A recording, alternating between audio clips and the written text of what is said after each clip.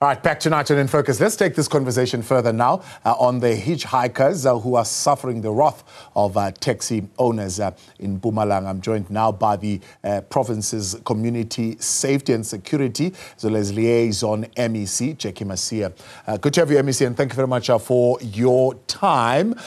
You've just been listening there to the story of Themba Mahlangu, but also a little bit earlier on, we were speaking to Santako in the province. Now, being a political head in a department that is looking at safety of communities, looking at security issues and the enforcement of laws. What is your sense of what is happening here as far as public transport laws are concerned? Good evening to you, Tabok, and good evening to your viewers at home. Indeed, there's a Department of Community Safety, Security and Liaison where I are concerned with the reckless drive, the behavior of our motorists in our road. Hence, we condemn it in a strong possible term that it deserves.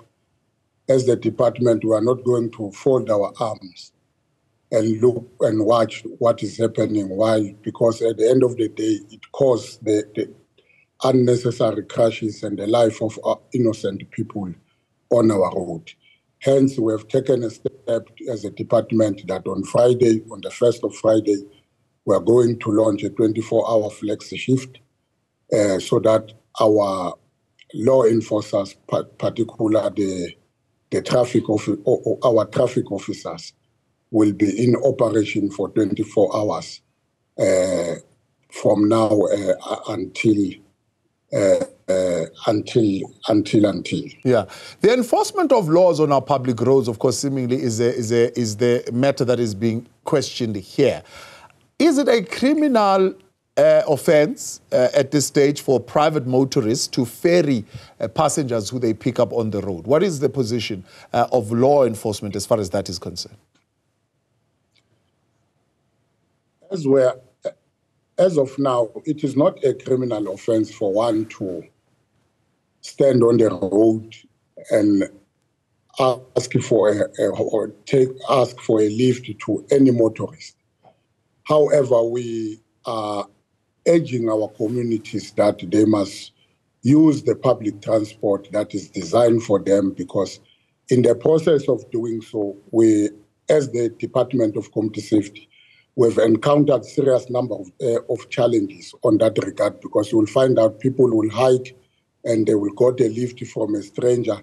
At the end of the day, you will find out somebody is been missing or dead somewhere, lying down dead somewhere because of he was given a lift by a stranger, not knowing that particular individual that is offering a lift because he hiked on the road. So I know there are many reasons that they will advance to say they don't have enough taxi fare or bus fare to go to the taxi commuters to use to go to the taxi rank to use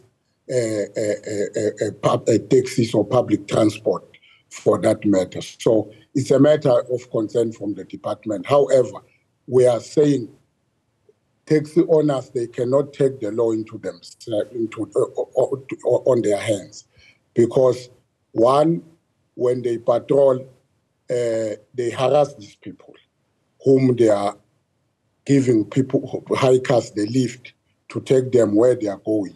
So they are harassing them, hence the incident that is happening. Along the process, they cause accident. Therefore, as a department, hence we indicated that it's an offense, because the incident that we are referring to, that we are talking to right now, there is a criminal case that has been opened with the police. And also we're happy that the victim has come forward. In the process, there is the allegation that the guy that was patrolling, he wanted 2,000, he demanded 2.5 that he will hand over the key to the victim. So it's a matter that taxi owners, they cannot take the law into themselves. So it's a matter that we need to sit down and discuss with them so that we show that. But where there is, where they've broken the law, we will make sure that indeed we effect the law. They must first why has it not been effected, though, MEC? I mean, Temba saying, I went and I opened a case at the police station. I showed them who the perpetrator is. The police said, oh, no, it's the usual suspect. We know him. There are many cases around this particular individual, but nothing was done. Where I'm seated, the case, indeed, there is a case that has been opened. The report that I've received this evening is that they are still investigation. If there are loopholes there and there on the side of the police, I will be able to communicate with the acting Provincial Commissioner General Major Mkwanas so that he must look into that case. It can't be when a person opens a case, we not follow that case to the latter. So, because it's the only place where people will feel safe is when they report their cases into the police. So police must able to pursue these matters up until to the latter. Yeah. The taxi chairperson of Santaco in Mpumalanga says the taxi business has got a right to have security, to protect their businesses, just like any business, just like yourself, MEC, you would have your security protocol. So they also have a right. My question is, to what extent are those security patrollers allowed to enforce laws on public roads and on public spaces? There is no law that say if they have security, they must enforce the law, because we have designated authorities that deal with that. When they are doing that, they are breaking the law themselves. Hence, I'm saying they are taking the law into their hands. Yeah. It's a matter that we are not going to tolerate. Where one must have a security, then it's fine, but it's security for you as a person.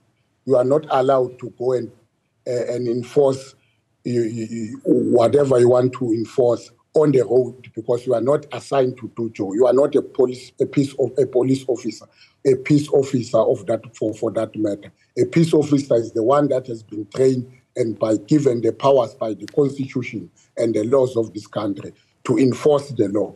Not anyone else without being trained and given the certificate to do so by our law of the country. We are running this is the country. It is not a banana republic.